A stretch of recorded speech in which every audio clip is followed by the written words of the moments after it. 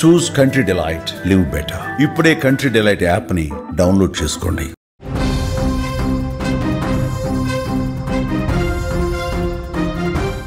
Breaking news చూస్తున్నాం. చిన్నారి హితీక్ష హత్య కేసులో సంచలన విషయాలు బయటకు వస్తున్నాయి. షాక్కు గురి చేస్తున్నాయి. పిన్ని మమత క్రిమినల్ మైండ్కు సంబంధించి వార్తలు చూసేసరికి వస్తున్నటువంటి నిజాలు చూసి పోలీసులే కంగు తింటున్నారు. ఎలా చంపాలి అన్న విషయానికి సంబంధించి యూట్యూబ్లో కొన్ని వీడియోలు సెర్చింగ్ చేసినట్టుగా పోలీసులు గుర్తించారు. చంపి ఎస్కేప్ అయ్యేందుకు ఏ విధంగా తప్పించుకోవాలి, ఎస్కేప్ ఏ విధంగా కావాలి, వీటికి సంబంధించి కూడా యూట్యూబ్లో కొన్ని వీడియోలు చూసినట్టుగా పోలీసులు గుర్తించారు. కేసులో సీసీ ఫుటేజ్ అలాగే డాగ్ స్క్వాడ్ కీలకంగా వ్యవహరించినటువంటి పరిస్థితుంది.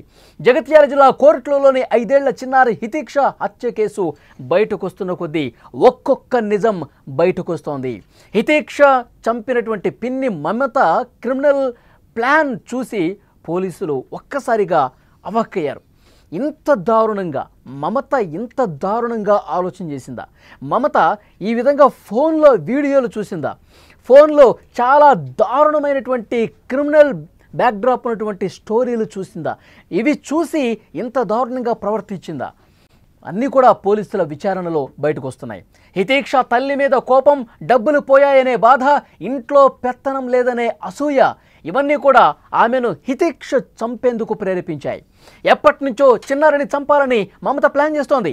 అందుకోసం యూట్యూబ్లో అన్ని వీడియోలు చూస్తోంది. క్రైమ్ స్టోరీస్ ఎక్కువగా చూసింది. ఎలా చంపాలి, చంపిన తర్వాత ఎలా తప్పించుకోవాలి, ఈ అన్నీ కూడా యూట్యూబ్లో సెర్చ్ చేసినట్టుగా పోలీసులు ఇన్వెస్టిగేషన్లో బయటపడింది. పోలీసులకు దొరకకుండా ఉండేందుకు ఎలా తప్పించుకోవాలి, వీటన్నింటికి సంబంధించినటువంటి సమాచారం కూడా యూట్యూబ్లో చూసినట్టుగా తెలుస్తోంది. అందులో భాగంగానే ఎవరూ లేని పక్క నివాసానికి వెళ్ళి పక్కన ఇంట్లో ఎవరూ లేకపోవడంతో ఇదే సరైన సమయం, ఇదే సరైన సందర్భం, ఈ ఇంట్లో అయితేనే కరెక్ట్ అని చెప్పి తెలివిగా భావించింది. అతి తెలివితో బట్టలు మార్చుకుని హత్య చేసి దుస్తులను కూడా దూరంగా పడవేసినటువంటి పరిస్థితి. పోలీసుల విచారణలో అన్నీ కూడా బయటకు వస్తున్నాయి. పోలీసులు తమదైన స్టైల్లో విచారించగా మొత్తం ఒప్పేసుకుంది. సీన్ టు సీన్ అసలు ఏం జరిగిందో మీకు కొద్ది నిమిషాలు ఎక్స్ప్లెయిన్ చేసే ప్రయత్నం చేస్తా. అసలు ఆ పాపను పక్కింట్లోకి తీసుకెళ్లిన దగ్గర నుంచి పోలీసులు పట్టుకునే వరకు ఏం జరిగిందో ఒక్కసారి మీకు వివరించే ప్రయత్నం చేస్తా. శనివారం సాయంత్రం సరిగ్గా 6 గంటల సమయంలో పాప ఆడుకుంటూ ఉంది. పాప అందరు పిల్లలతో చాలా సరదాగా సంతోషంగా ఆడుకుంటూ ఉంది పాప. ఆ సమయంలో మమత ముందే ఒక ప్లాన్ గీసేసింది. ఎందుకంటే అప్పటికే చాలా కక్ష, పగ, కుటుంబంలో తనకు ప్రాధాన్యత లేకపోవటం, నవీన్కే అందరూ సపోర్ట్ చేయటం, ఒకవైపు నేను ఏదైతే డబ్బులు పెట్టానో, పోగొట్టుకున్నానో బెట్టింగ్స్లో, ఇవన్నీ కూడా ఆమెని మైండ్ని డైవర్ట్ చేసి పారేశాయి. సో నవీన చాలా సంతోషంగా ఉంది, నవీన పిల్లలతో చాలా సంతోషంగా ఉంది, నవీనకి కుటుంబంలో ప్రాధాన్యత దక్కుతుంది, మొత్తం అక్కే చూసుకుంటుంది, నన్ను అసలు ఎవరూ పట్టించుకోవటం లేదు అని ఒక అక్కసు, ఒక అసూయ పెంచుకుంది అక్క పట్ల. వెంటనే ఏం చేసింది? పాపను చంపాలనుకుంది. పాపను చంపితే అప్పుడు అక్కడ అక్క బాధపడుతుంది, అక్క కన్నీళ్లు పెట్టుకుంటుంది. అక్క జీవితంలో ఏదో కోల్పోయానంటూ కొన్ని సంవత్సరాల పాటు బాధతో గడుపుతుంది. ఆ బాధ నాకు కావాలి. అక్క నవీన బాధపడటం, కన్నీళ్లు పెట్టుకోవటం, రోధించటం నేను స్వయంగా చూడాలి అని ఒక సైకో మనస్తత్వంతో ఇంతటి దారుణానికి తెగబడ్డట్టుగా తెలుస్తోంది.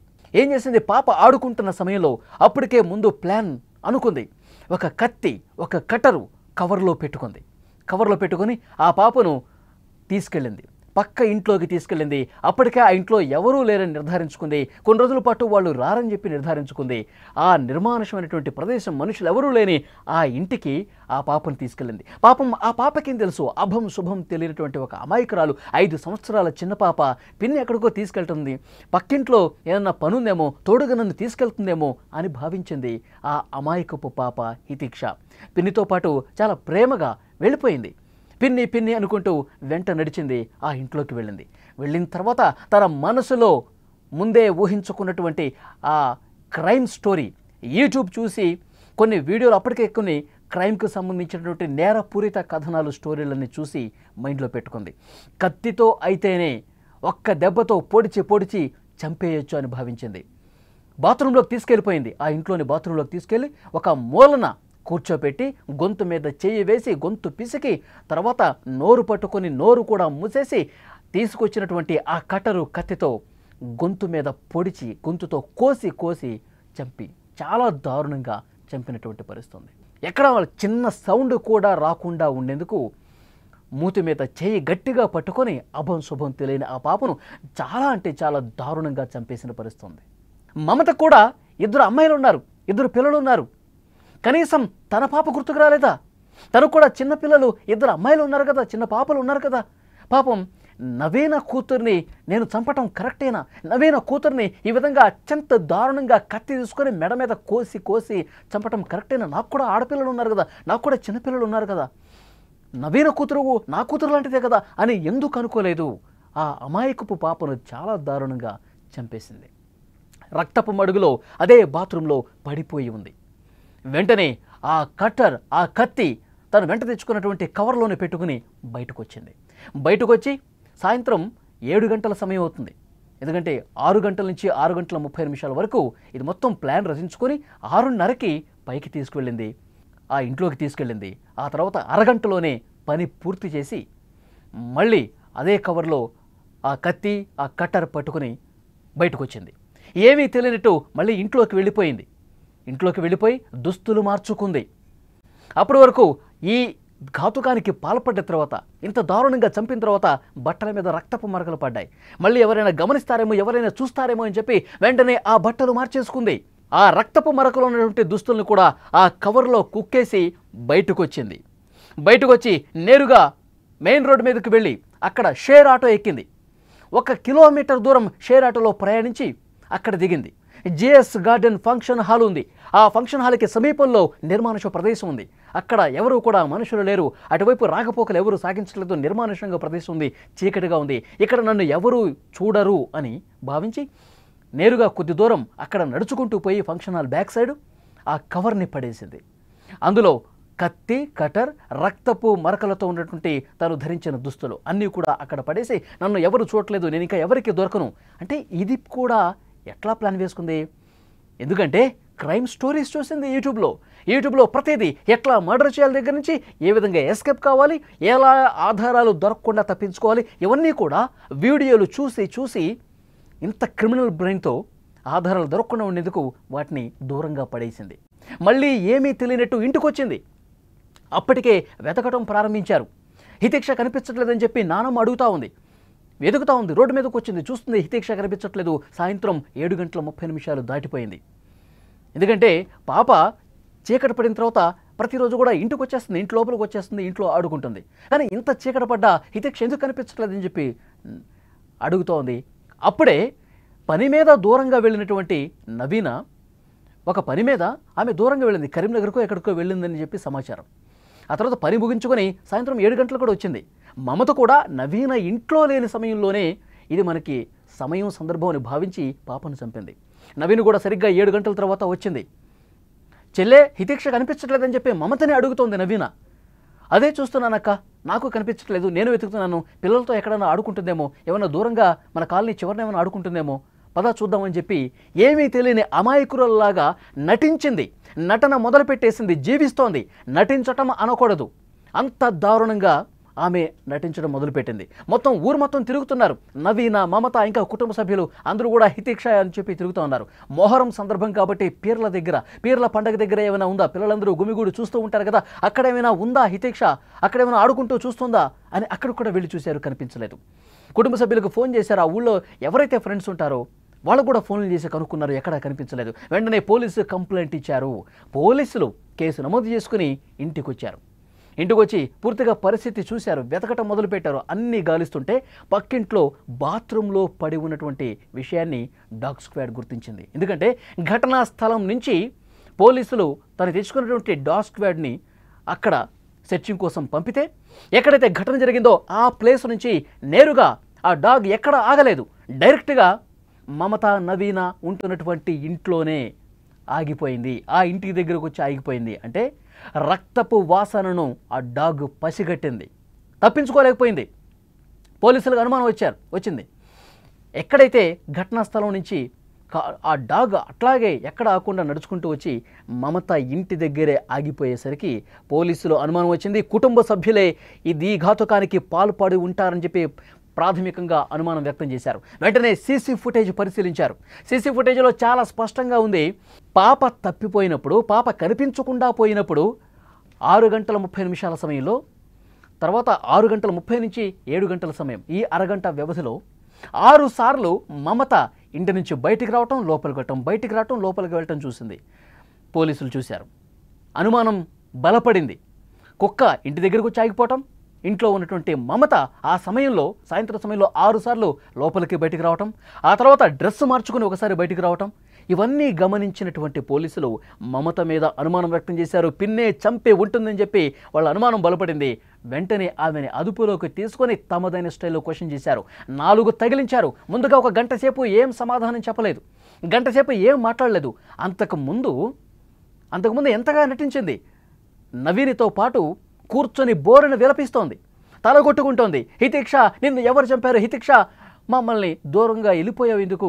ఎవరు ఈ పాపానికి ఒడిగట్టారంటూ తల్లి నవీనితో పాటు, తన అక్క నవీనితో పాటు కూర్చొని రోధిస్తోంది, నాటకాలు ఆడుతుంది. ఆసుపత్రి దగ్గర, ఇంటి దగ్గర జీవించేసిందని చెప్పాలి. పోలీసులు అనుమానం బలపడింది. సీసీ ఫుటేజ్లో చాలా స్పష్టంగా కనిపించింది. పోలీసులు చాలా సీరియస్గా క్వశ్చన్ చేస్తే 4 తగిలిస్తే నిజం ఒప్పుకుంది. ఎస్, నేనే చంపాను హితిక్షని అని. వెంటనే పోలీసులు ఘటనా స్థలం దగ్గర తీసుకొచ్చి సీన్ రీకన్స్ట్రక్షన్ చేశారు. నువ్వు అసలు ఎట్లా తీసుకొచ్చావు, ఏం చేసావు, ఇవన్నీ కూడా చూశారు. ఆ తర్వాత ఫోన్లో కూడా సమాచారం సేకరించారు పోలీసులు. ఆ ఫోన్ చూస్తే కాల్ రికార్డ్ మొత్తం డిలీట్ అయి ఉంది. అలాగే యూట్యూబ్లో గత 4-5 రోజులుగా ఎలాంటి వీడియోలు చూసింది, ఇవి కూడా పోలీసులు కనిపెట్టారు. మొత్తం స్టోరీ మొత్తం బయటకు వచ్చింది. అంటే ఇక్కడ మమతకి ఒక ప్రశ్న వేయాలి. మీకు అందరికీ అతడు సినిమా గుర్తుండే ఉంటుంది. అతడు సినిమాలో ప్రకాష్ రాజ్ ఒక డైలాగ్ చెప్తాడు, శివారెడ్డి, బాజిరెడ్డి చనిపోతే నువ్వు సీఎం అవుతావు, చంపితే నువ్వు హంతకుడు అవుతావు. ఇంత చిన్న లాజిక్ ఎట్లా మిస్ అయిపోయావు? ఇది ప్రకాష్ రాజ్ డైలాగ్. ఇక్కడ కూడా మమత హితేక్ష చనిపోతే నవీన ఏడుస్తుంది, తల్లి కళ్ళు ఏడుస్తుంటే ఆనందించాలని చెప్పి అనుకుంది. కుటుంబంలో తనకు గౌరవ మర్యాదలు దక్కట్లేదు కదా, కుటుంబంలో అధిక ప్రాధాన్యత తనకు లేదు కదా, ఈ రకంగా వాళ్ళని బాధ పెట్టాలి అనుకుంది. మరి హితేక్ష చనిపోతే వాళ్ళు ఏడుస్తుంటే నువ్వు సంతోషపడాలనుకున్నావు, కానీ హితేక్షను చంపితే నీకు సంతోషం ఎక్కడుంది? నువ్వు హంతకురాలువయ్యావు. పోలీసులు అరెస్ట్ చేశారు, జైల్లో చెప్పకూడ తినబోతున్నావు. ఇంత చెత్త ఆలోచించి, ఇంత దుర్మార్గంగా ఆలోచించి, ఇంత కిరాతకంగా ప్రవర్తించి నువ్వు జైలు పాలయ్యావు. ఈ చిన్న లాజిక్ మమత ఎట్లా మిస్ అయింది? అంటే కేవలం అసూయ, అక్కసుతో, దారుణమైన ఆలోచనతో యూట్యూబ్ వీడియోలు చూసి హత్య చేసింది, తప్పించుకునే ప్రయత్నం చేసింది. కానీ పోలీసులు దర్యాప్తు చేస్తే ప్రతి ఒక్క క్లూని వదలకుండా పట్టుకొని దర్యాప్తు చేస్తే ఇంటి దొంగ పట్టించింది. ఆ డాగ్ స్క్వాడ్ కీలక పాత్ర పోషించింది. ఆ తర్వాత సీసీ ఫుటేజ్, మార్చుకున్న డ్రెస్సులు ఇవన్నీ కూడా మమతను పట్టించాయి. ఆ తండ్రి పాపం దుబాయ్లో ఉంటారు. తండ్రి, మామ దుబాయ్లో పనిచేసుకుంటూ ఉన్నారు, నెల డబ్బులు పంపిస్తూ ఉన్నారు. కానీ ఇక్కడ మమత మైండ్ సెట్ను గురించి కూడా ఒకసారి ఆలోచించాలి. తను బెట్టింగ్ యాప్స్ వాడి విపరీతంగా డబ్బులు పోగొట్టుకుందంట. బిట్కాయిన్లో కూడా డబ్బులు పెట్టిందట. 30 లక్షల రూపాయల వరకు నష్టం చేసింది, డబ్బుల్ని గుల్ల చేసిందని చెప్పి అప్పటికే కుటుంబ సభ్యులు ఆమె మీద ఆగ్రహం వ్యక్తం చేస్తూ ఉన్నారు. గొడవలు జరుగుతూ ఉన్నాయి. ఇదంతా మనసులో పెట్టుకుంది. నాకు ఇంట్లో వాల్యూ లేదు, నవీననే మీరు బాగా చూసుకుంటున్నారు, నవీనకే ఎక్కువ ప్రాధాన్యత ఇస్తున్నారు, ఇంకా ఎందుకు నేనుండి అని చెప్పి ఇలాంటి అక్కసు, ద్వేషం, అసూయ పెంచుకొని పగతో రగిలిపోయి ఈ విధంగా చిన్న పాపని పొట్టన పెట్టుకున్నటువంటి పరిస్థితి. పాపం దుబాయ్ నుంచి ఈ విషయం తెలిసిన వెంటనే ఆ చిన్న పాప తండ్రి బోరున విలపిస్తూ వచ్చాడు, గుండెలు బాదుకుంటూ రోధిస్తున్నాడు. మమత ఈ విధంగా చేసింది, పిన్నే చిన్న పాపను పొట్టన పెట్టుకుంది, ఇంత బాగా ఇంట్లో ప్రేమగా ఉంటూ కుటుంబ సభ్యులతో మంచిగా నటిస్తూ ఇంత దారుణానికి తెగబడిందా? వాళ్ళు కూడా తీవ్రమైనటువంటి బాధతప్త హృదయంతో తలడిల్లుతున్నారు. కన్నీరు మున్నీరుగా కుటుంబ సభ్యులు వేధిస్తూ ఉన్నారు. నిజంగా మమత ఈ విధంగా ఆలోచిస్తుంది, ఈ విధంగా దారుణానికి పాల్పడుతుంది, కత్తితో పొడిచి చిన్న పాపను చంపేస్తుందని చెప్పి ఆ కాలనీలో ఎవరూ కూడా ఊహించలేదండి. ఎందుకంటే అంత బాగా నటిస్తోంది, ప్రేమను నటిస్తోంది. మనమంతా ఒకటే, మన కుటుంబ సభ్యులంతా ఒకటే, మన వాళ్ళు అక్కడ దుబాయ్లో కష్టపడి పనిచేస్తూ ఉన్నారు, మనం ఇక్కడ మంచిగా ఉండాలి. ఇదంతా ప్రతిరోజు కూడా ఒక నటన కనబరుస్తుంది. గుండెల లోపల చాలా ద్వేషంతో రగిలిపోతుంది. పొడిచి చంపాలన్న ద్వేషం ఒక పక్కన పెట్టుకొని ప్రేమగా నటిస్తోంది. ఈ హత్య జరిగిన తర్వాత కూడా ఆమె నటన ఏ విధంగా ఉందో చూస్తే అర్థమవుతుంది. కాబట్టి ప్రతి ఒక్కరూ కూడా ఆలోచించాలి. మన వాళ్లే కదా అనుకుంటే ఎంతటి దారుణానికి తెగబట్టేటువంటి సందర్భాలు ఈ మధ్య కనిపిస్తున్నాయి. ఈ మధ్యకాలం మనం చాలా చూస్తున్నాం. ప్రేమను నటించి భర్తలను కూడా పీకలు కోసి చంపిస్తున్నటువంటి పరిస్థితి చూడలేదా? కాబట్టి అందుకే ఎవరిని కూడా అంత ఈజీగా నమ్మకూడదు. కాబట్టి వాళ్ళ మైండ్ సెట్ ఏ విధంగా ఉందో, వాళ్ళ సైకో బిహేవియర్ ఏ విధంగా ఉందో ఒక కంట కనిపెడుతూ ఉండాలి. మన కుటుంబ సభ్యులే కదా, మన బంధువులే కదా అని చెప్పి వాళ్ళకి అన్నీ మనం అప్పగించుకుంటూ పోతూ ఉంటే ఎవరు ఎలాంటి ఘాతుకానికి తెగబడతారో కూడా అర్థం కాని పరిస్థితి. ఇప్పుడు ఈయంత సైకోగా బిహేవ్ చేయడానికి యూట్యూబ్లో క్రైమ్ స్టోరీస్ ఎక్కువగా చూడటం, చూసి ఏ విధంగా హత్య చేయాలి, ఏ విధంగా తప్పించుకోవాలి, ఇవన్నీ కూడా ఆ వీడియోలు చూసే సోషల్ మీడియాను విపరీతంగా ఫాలో అయ్యి ఇంత దారుణానికి తెగబట్టేట్టుగా తెలుస్తుంది. పోలీసులు ఇవన్నీ కూడా విచారణలో బయటపెట్టారు.